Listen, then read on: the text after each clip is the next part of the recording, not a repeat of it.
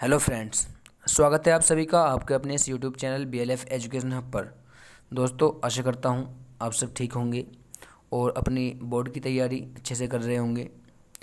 दोस्तों, आज हम पढ़ेंगे ऑर्गेनिक केमिस्ट्री 12th क्लास, जो कि हमारे जो 2 चैप्टर थे उनके हमने काफ़ी सारे रिएक्शन पढ़ ली थी।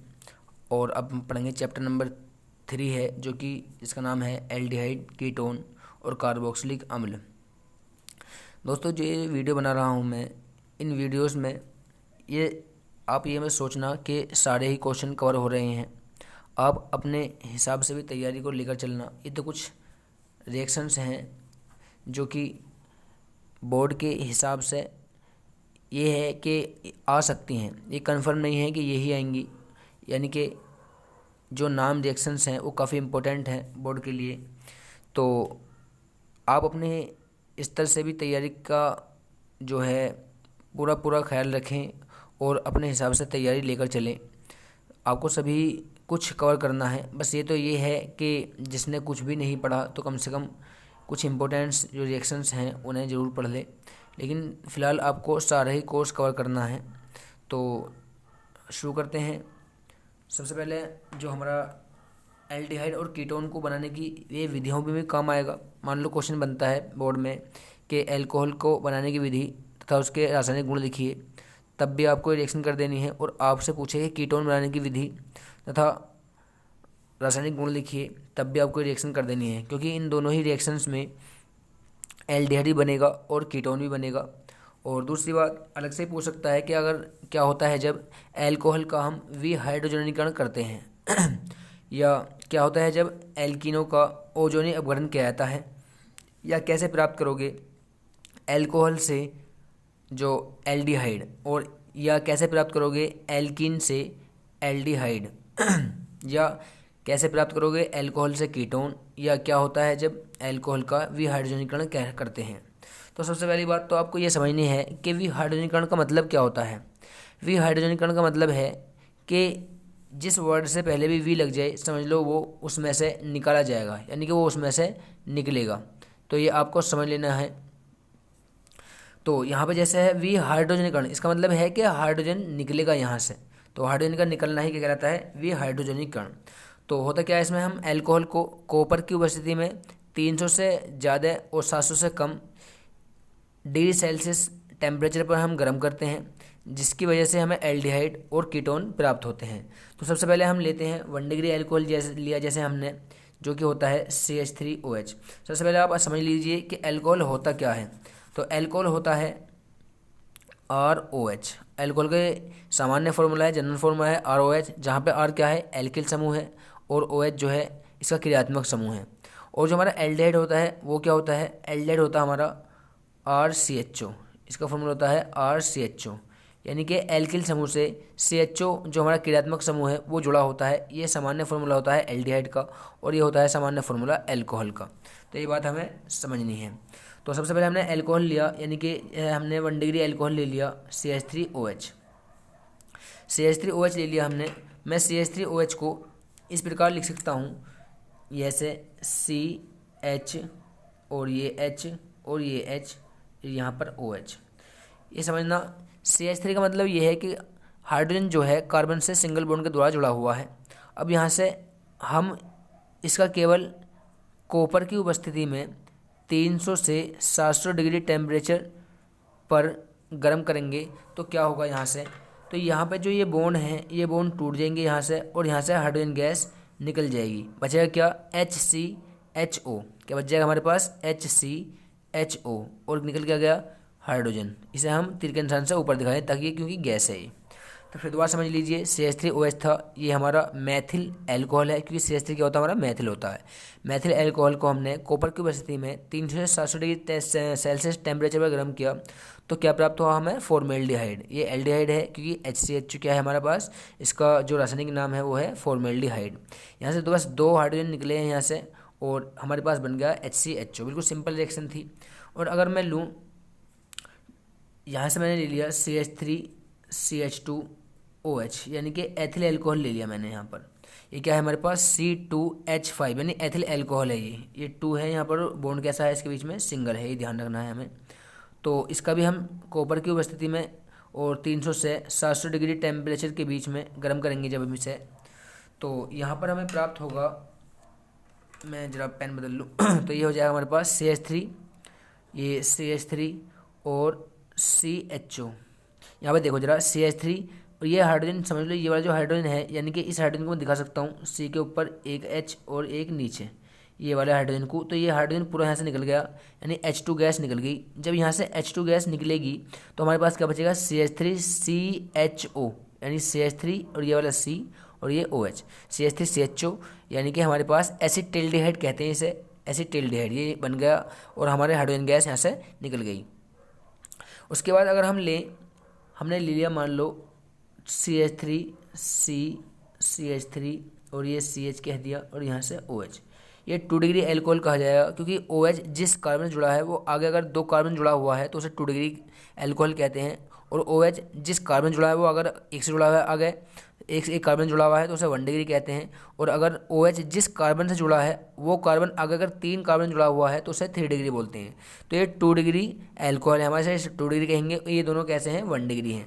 देखो यहाँ पर ये बात समझ लेनी है कि OH जिस कार्बन से जुड़ा है वो आगे अगर एक से जुड़ा है तो 1 डिग्री है, क्योंकि ये देखो एक से जुड़ा है ये वाला कार्बन एक से, तो इसका मतलब क्या है 1 डिग्री, और ये भी क्या है 1 डिग्री।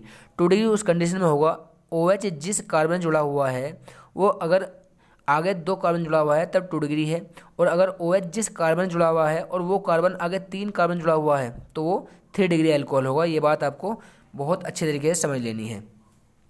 तो फिलहाल होता क्या है, यहाँ से वही यहाँ पर कॉपर की उपस्थिति है और 300 से 700 डिग्री सेल्सियस टेम्परेचर है, तो यहाँ से हमारे पास बनेगा एसीटोन जो कि होता है CH3 CO CH3। देखो क्या हुआ इसमें, ये जो हाइड्रोजन था ये सिंगल बॉन्ड द्वारा जुड़ा हुआ है यहाँ पर, और ये ऑक्सीजन इस हाइड्रोजन सिंगल बॉन्ड द्वारा जुड़ा हुआ है, ये दोनों बॉन्ड टूटेंगे और बॉन्ड टूटने पर मुक्त मूलक बनेंगे। मुक्त मूलक किसे कहते हैं, जब 2 के बीच में, जैसे हमारे पास ये C और H के बीच में है और यहाँ पर O और H के बीच में बॉन्ड है, जब ये बॉन्ड टूटता है तो बराबर हिस्सेदारी होने पे, चूँकि एक बॉन्ड के बनने में 2 इलेक्ट्रॉन यूज़ होते हैं तो एक इलेक्ट्रॉन इसके पास जाएगा और एक इलेक्ट्रॉन इसके पास जाएगा। जब इलेक्ट्रॉन टूटने के बाद बराबर बढ़ जाते हैं तो उसे बोलते हैं मुक्त मूलक। ये ऑक्सीजन मुक्त मूलक है, ये हाइड्रोजन मुक्त मूलक है। तो यहाँ से ये हाइड्रोजन अपना एक इलेक्ट्रॉन लेकर और ये हाइड्रोजन एक इलेक्ट्रॉन लेकर आपस में दोनों बॉन्ड बना लेंगे और हाइड्रोजन गैस यहाँ से निकल जाएगी। तो यहाँ से बचा क्या, CH3 CO बचा था और CH3, क्योंकि इसका भी एक बॉन्ड फ्री है और इसका भी एक तो बॉन्ड बना हुआ ही है कार्बन के और ऑक्सीजन के बीच में एक, क्योंकि यहाँ पर खाली हुआ है यहाँ पे भी खाली हुआ है, तो ये दोनों अपना इलेक्ट्रॉन लेकर यहाँ पर डबल बॉन्ड बना लेंगे, क्योंकि एक तो बना हुआ था। तो हमारे पास बन गया ये एसीटोन। तो देखो ये एसीटोन के बनाने की विधि भी है, और अगर पूछे कि क्या कैसे प्राप्त करोगे अल्कोहल से एसीटोन या कैसे प्राप्त करोगे अल्कोहल से एल्डिहाइड, तो भी हम इस रिएक्शन को कर सकते हैं। या क्या होता है जबकि में भी ये कोई रिएक्शन पूछी जा सकती है, तो आपको ये बात ढंग से समझ लेनी है। अब देखते हैं एल्किनों का ओजोन अपघटन। ये वेरी वेरी इंपॉर्टेंट रिएक्शन है, आप इसे बहुत ध्यान से समझिएगा। तो सबसे पहले होता क्या है इसमें, तो हम एल्कीन लेते हैं कोई भी, एल्कीन तो आप जानते होंगे, यानी कि ऐसे कार्बन जिनके बीच में डबल बॉन्ड हो उसे हम एल्कीन बोलते हैं। जैसे हमने लिया यहाँ पर CH2 डबल बॉन्ड CH2, देखो एल कहते हैं कार्बन को और ईन यानी डबल बॉन्ड। अगर मैं इसका यूपीएस नाम देखूँ तो हो जाएगा मैथ एथ और डबल बॉन्ड है तो ईन, तो एथीन हो जाएगा। ये 2 कार्बन के लिए एथ और डबल बॉन्ड है तो ईन, एथीन। जब हम इसकी रिएक्शन कराते हैं ओजोन से, ओजोन गैस तो आप जानते होंगे O3 होती है। तो जब इससे रिएक्शन होती है तो यहाँ पर देखो, इसे आप ऐसे याद रख लेना कि झोंपड़ी बनती है। जब भी O3 यानी ओजोन से रिएक्शन होती है एल्कीन की तो एक झोंपड़ी बनती है, तो उसे बना दिखा देता हूँ मैं आपको। ये यहाँ से अब जो ये CH था, ये जो कार्बन था वो यहाँ आकर जुड़ जाएगा, और ये हाइड्रोजन जो थे इससे 2 जुड़े हुए हाइड्रोजन है तो जुड़ गए यहाँ पर ऐसे, और ऐसे ही यहाँ पर अगर मैं देखूँ तो ये वाला कार्बन जो है वो यहाँ जुड़ जाएगा आकर, और ये जो हाइड्रोजन जुड़े हुए हैं इस प्रकार जुड़ गए आगे, और ये हमारे पास ऑक्सीजन इस प्रकार जुड़ गई। तो बहुत सिंपल रिएक्शन है, समझना फिर दोबारा ध्यान से। सबसे पहले ऑक्सीजन बना लीजिए, जैसे मैंने ऑक्सीजन बना दूँ मैं ये,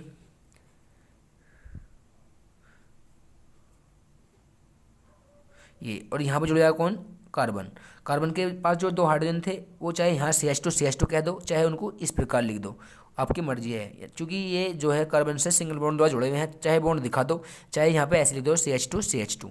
तो यहाँ पर ये आगे रिएक्शन हो गई। अभी फिलहाल ये कंप्लीट रिएक्शन नहीं हुई है, तो आप इस बात को ध्यान समझ लीजिएगा कि जब भी ओजोन से रिएक्शन होगी तो एक झोंपड़े टाइप बनेगी, जो कि ये है। अब यहाँ से क्या होगा, यहाँ पे जो है ये ऐसे समझ लीजिए, ऐसे यहाँ से टूट गया और ये यहाँ से ऐसे टूट गया। जब इसकी रिएक्शन कराते हैं हम जिंक से और जल की, यानी कि जलीय जिंक से रिएक्शन होती है इसकी, तो यहाँ पे क्या होता है, ये HCHO कितने बने, HCHO बने, ये भी HCHO बना है, ये भी HCHO बना है, क्योंकि HCHO तो दो बने हैं, तो दो मॉलिक्यूल लिख दिए हमने यहाँ पर। बचा क्या, ऑक्सीजन। ऑक्सीजन जिंक के साथ रिएक्शन करेगा और बना लेगा यहाँ पर ZnO। ये हमारे पास जिंक ऑक्साइड यहाँ से निकल गया है और हमारे पास क्या बन गया है, फॉर्मेल्डिहाइड HCHO बन गया है। दूसरे देखते हैं, अगर मान लो हम यहाँ पर इस टाइप से CH3 और ये CH डबल बॉन्ड CH3 ये लिया हमने, ये है मैथ एथ प्रो ब्यूटीन है, ये भी क्या है, एक एल्कीन है, यानी कि कार्बन श्रृंखला के बीच में डबल बॉन्ड है, तो ये भी क्या है, एक एल्कीन है। तो समझिएगा ध्यान से बिल्कुल। इसकी रिएक्शन कराते हैं हम ओजोन से, यानी O3 से।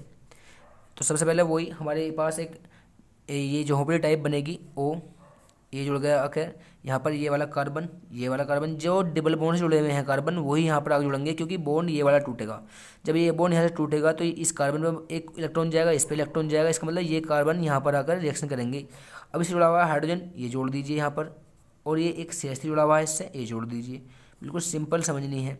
ऐसे यहाँ पर जब ये बॉन्ड टूटा था, इस पर गया होगा तो ये कार्बन जुड़ गया यहाँ पर आकर, इससे एक हाइड्रोजन जुड़ा था वो ये रहा, और इससे ही वो क्या जुड़ा था CH3 वो ये रहा, और बाकी आपको ये ऑक्सीजन, ये वाला ऑक्सीजन ये जोड़ देना है यहाँ पर।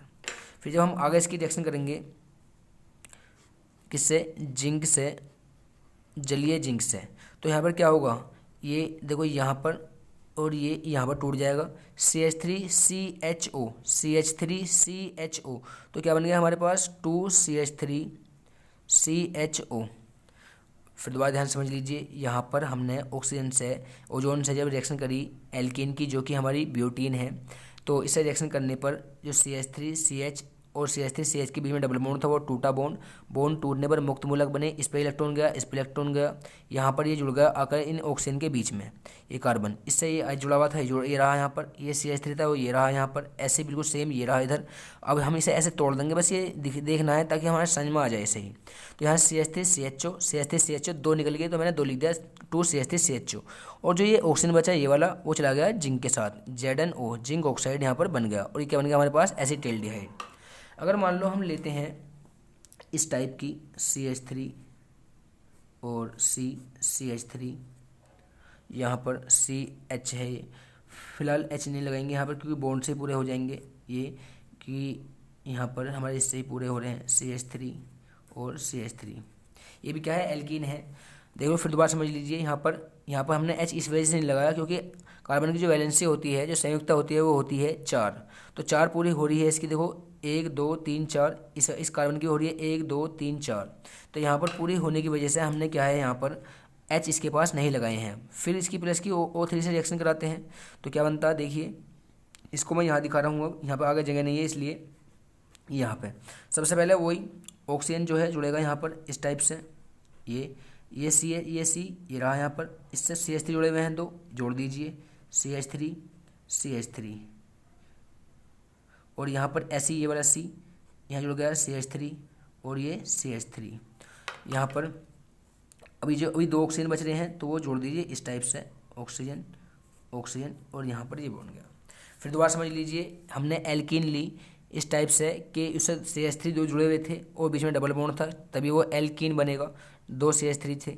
अब यहाँ पर क्या हुआ, ये कार्बन जब यहाँ से बॉन्ड टूटेगा, डबल बॉन्ड टूटेगा, तो इस पर एक इलेक्ट्रॉन आएगा, टूटने के बाद इस पर इलेक्ट्रॉन आएगा, क्योंकि ये जो बॉन्ड बना हुआ था वो इन दोनों के साझे के इलेक्ट्रॉन से बॉन्ड बना हुआ था। अब चूंकि मुक्त मूलक बने हैं, इसे किसी से रिएक्शन करने की जरूरत है, क्योंकि इसके पास इलेक्ट्रॉन फ्री है, ऐसे इसके पास इलेक्ट्रॉन फ्री है, तो ये जाकर यहाँ पर ऑक्सीजन से रिएक्शन करेंगे और यहाँ पर जुड़ जाएंगे आकर। बस तुम ये बात ध्यान रखना, जब भी ओजोन से रिएक्शन होगी तो वहाँ पर एक मंदिर टाइप बनेगा, यानी कि एक झोंपड़ी टाइप बनेगी। तो यहाँ पर CH3 फिर दोबारा वही हमने काट दिया बीच में से CH3COCH3, ऐसे यहाँ पर CH3COCH3, यानी क्या बन गया हमारे पास यहाँ पे एसीटोन। कब? जब हमने इसकी रिएक्शन करी जिंक से, यानी जलीय जिंक से। तो जब रिएक्शन करेंगे तो ये हो जाएगा हमारे पास CH3COCH3। यहाँ पर देखो, अब चूंकि CH3COCH3 यहाँ पर भी है और यहाँ पर भी है, यानी दो बन गए हैं, दो मॉलिक्यूल बने हैं इसके, और निकल के आ गया हमारे पास यहाँ से जिंक ऑक्सीजन को लेकर निकल गया जिंक ऑक्साइड। तो ये रिएक्शन काफ़ी इंपॉर्टेंट रिएक्शन है। अब फिर दोबारा समझ लीजिए, जब भी ऑक्सीजन से रिएक्शन होगी तो यहाँ पर एक मंदिर टाइप बनेगा। ये CH2 और ये CH2, इनके बीच में डबल बॉन्ड है, एक बॉन्ड टूटेगा, मुक्त मूलक बनेंगे और इस ऑक्सीजन के बीच में आकर इस टाइप जुड़ जाएंगे। फिर जिंक से रिएक्शन होगी, यानी कि जलीय जिंक से रिएक्शन होगी, तो वहाँ पर ये ऐसे तोड़ देना है इस बीच में से HCHO, दो मॉलिक्यूल बने हैं तो दो लगा दिया, और ये जिंक था वो ऑक्सीजन को लेकर चला गया, जिंक ऑक्साइड बन गया। और यहाँ पर जो हमारी एल्कीन थी, हमने इस टाइप से एल्कीन ली कि ब्यूटीन टाइप ली हमने, ये ब्यूटीन है। तो यहाँ पर जब हमने ब्यूटीन ली तो ध्यान रखना, जिस कार्बन के बीच में डबल बॉन्ड है वो ही जाकर जुड़ेगा और बाकी जो उससे जुड़े हुए हैं वो उसके साइड में जुड़ जाएंगे। तो यहाँ पर देखो, ये इस कार्बन जुड़ा हुआ था, ये कार्बन ये रहा, ये H ये रहा, और ये CH3 ये रहा यहाँ पर। ऐसे ही ये वाला कार्बन ये रहा, इसके द्वारा H ये रहा, और CH3 ये रहा यहाँ पर। अब यहाँ पर क्या है, फिर दोबारा हमने काट दिया यहाँ से CH3CHO, यानी कि 2CH3CHO बन गया, जो कि हमारा एसिटाइलडिहाइड होता है, और जिंक ऑक्साइड यहाँ से निकल गया, क्योंकि ये ऑक्सीजन बच रहा था और यहाँ से जिंक था जिससे हमने रिएक्शन कराई है।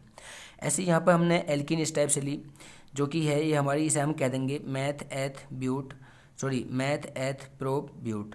तो ये या साइड चेन के रूप में हो जाएगी, ये साइड चेन के रूप में हो जाएगी। तो यहाँ पर जब हमने रिएक्शन कराई O3 यानी ओजोन से, तो यहाँ पर फिर वही वाली बात, जहाँ पर डबल बॉन्ड होगा वही कार्बन आकर यहाँ पर जुड़ेगा, यानी कि ऑक्सीजन से जुड़ेगा ये कार्बन, इससे CH3 जुड़े हुए हैं जोड़ दिया हमने, इससे CH3 जुड़े हुए हैं जोड़ दिया हमने, ऐसा काट दिया। काटने के बाद CH3COCH3 दो मॉलिक्यूल बने, दो लिख दिया हमने यहाँ पर, और ये जिंक ऑक्सीजन को लेकर निकल गया। तो ये थी हमारे दो इंपॉर्टेंट रिएक्शन। तो कैसी लगी आपको वीडियो, कमेंट सेक्शन में लिखना जरूर। आपको समझ में आए तभी भी, और नहीं समझ में आए तब भी मैं दोबारा वीडियो बना दूंगा। और प्लीज़ चैनल को सब्सक्राइब कर लें और अपने दोस्तों में शेयर करें वीडियो को, और ज़्यादा ज़्यादा लाइक शेयर करना ना भूलें। मिलते हैं जल्दी अगली वीडियो में, तब तक के लिए आप अपनी तैयारी में लगे रहिएगा।